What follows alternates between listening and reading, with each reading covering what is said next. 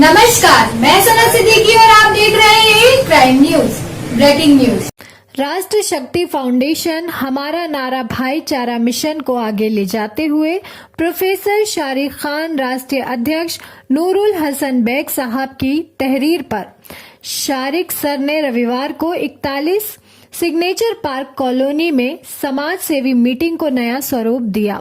इस मीटिंग में महरूम आरिफ बेग साहब के सपने को आगे ले जाते हुए कार्यक्रम की शुरुआत हमारा नारा भाईचारे के उद्देश्य से की गई।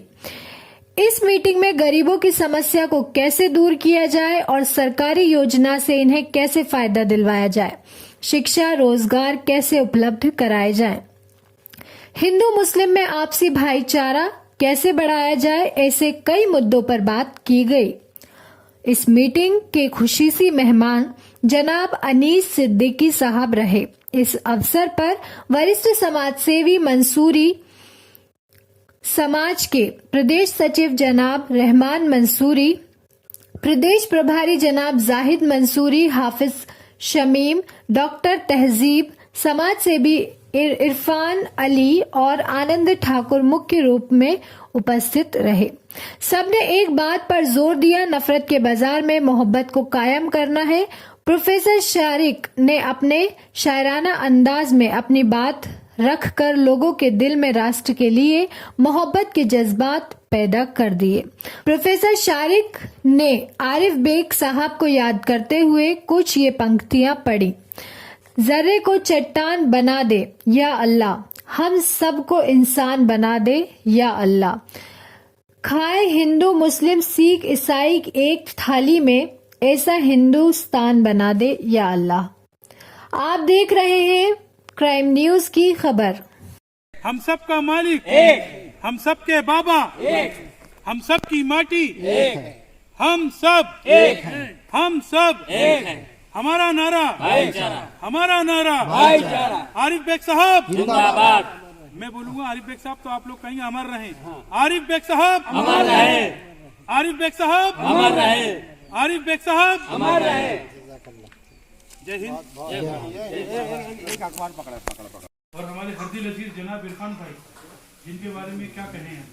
आज भी कहीं हो अपना काम कर रहे हैं, लेकिन भैया से प्रेम उनका प्यार कम नहीं हुआ है। आज भी उनसे बिल्कुल वैसे ही जुड़े हैं जैसे आरिफ साहब के टाइम पर जुड़े हुए थे और राजशक्ति को बराबर मजबूती देने का काम करते हैं। न्यूज़ 20+ के माध्यम से इलेक्ट्रॉनिक फॉर्म में भाईचारे मिशन की आवाज़ को पहुँचाने का काम करते हैं। मैं उनका भी दिल की गहराई से शुक्रिया अदा करता हूँ और उनके साथी भी यहाँ मौजूद हैं। मैं चाहूँगा उनका नाम भी हम लोग पढ़ें। इमरान साहब, आपका भी दिल की गहराई से शुक्रिया। तो अब मैं अपनी बात को शुरू करता हूं कि आज हम भौतिक रूप से यहाँ जुटे हैं। लग रहा होगा कि शायद हमारी मीटिंग एक बड़े अंतराल के बाद हो रही है, लेकिन आपको मैं बता दूं, आपकी इत्तला के लिए अर्ज कर दूं कि आरिफ बेग साहब ने मुझको खाली कुर्सियों से भी बात करना सिखाया है।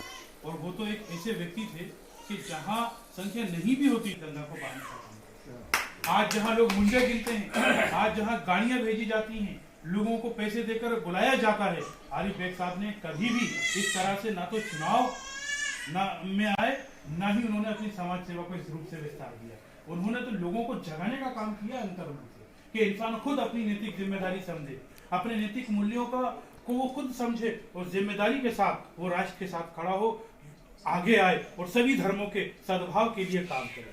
ये आरिफ बेग साहब सिखा करके गए हैं। तो कोई सा ये भोपाल में ऐसा दफ्तर नहीं बचा है जहां पर ये उनका शागिर्द जाता नहीं हो, लोकहित के काम से, जनहित के काम से। क्योंकि आरिफ बेग साहब का उद्देश्य केवल एक ही था, लोगों की खिदमत करना, सेवा करना, और सेवा करने के माध्यम से ही वो राष्ट्र लोकसभा में चुन करके भेजे गए और 1977 में केंद्रीय मंत्री बने, वजीर तिजारत बने।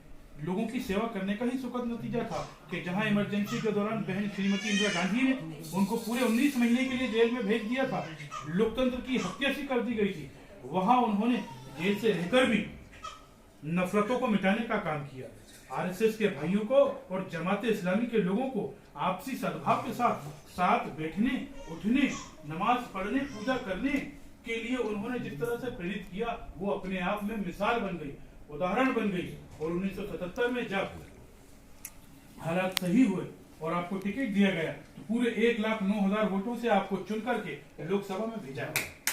ये थे अलीफेक साहब कि जहां पर मैं तो सिर्फ ये शेर के माध्यम से उनको खिराज अकीदत पेश कर सकता हूं कि मोहब्बत का सफर अहले अदावत से नहीं होगा।